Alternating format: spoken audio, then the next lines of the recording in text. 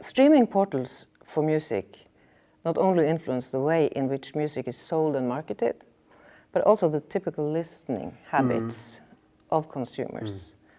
Such developments also will have a huge impact on the audio industry. So to what extent do this influence your work as a creative composer, writer? I mean, anyone that's listened to my music will know how much I'm very much committed to the idea of the album as a musical journey, as a musical continuum. And for me, you know, the problem with a lot of the streaming, you know, industry now, it encourages this idea of the playlist mentality.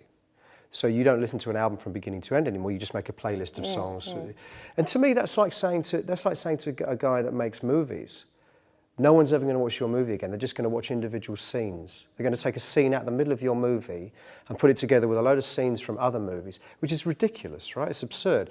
But to me, that's the same thing. It's like I'm trying to create an album that is going to engage someone from beginning to end. It's going to take you on a journey. It's going to take you through different emotions, different textures, different musical styles, so that by the end of it, you feel like you've traveled somewhere. You've been on some kind of journey with the artist and who's kind of told you a story, not literally, although you can do that also with music, but, you know, musically told a story.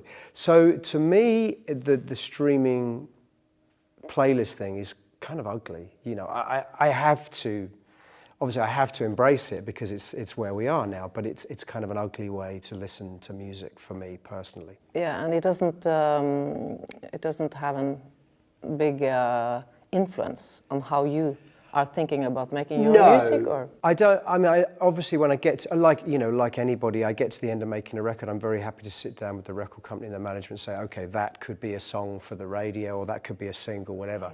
But I don't think about. No, I'm all about making a cohesive 40, 50, 60-minute sequence continuum of music, and I cannot be thinking about, oh, some kid's only going to listen to this bit on a stream. I can't think in that. But I'm old-fashioned. You know, I grew up in the age of, you know, the classic era of the album as a musical journey. I can't think of any other. Even when I'm making music now, I'm thinking, oh, this would make a great track to end side one.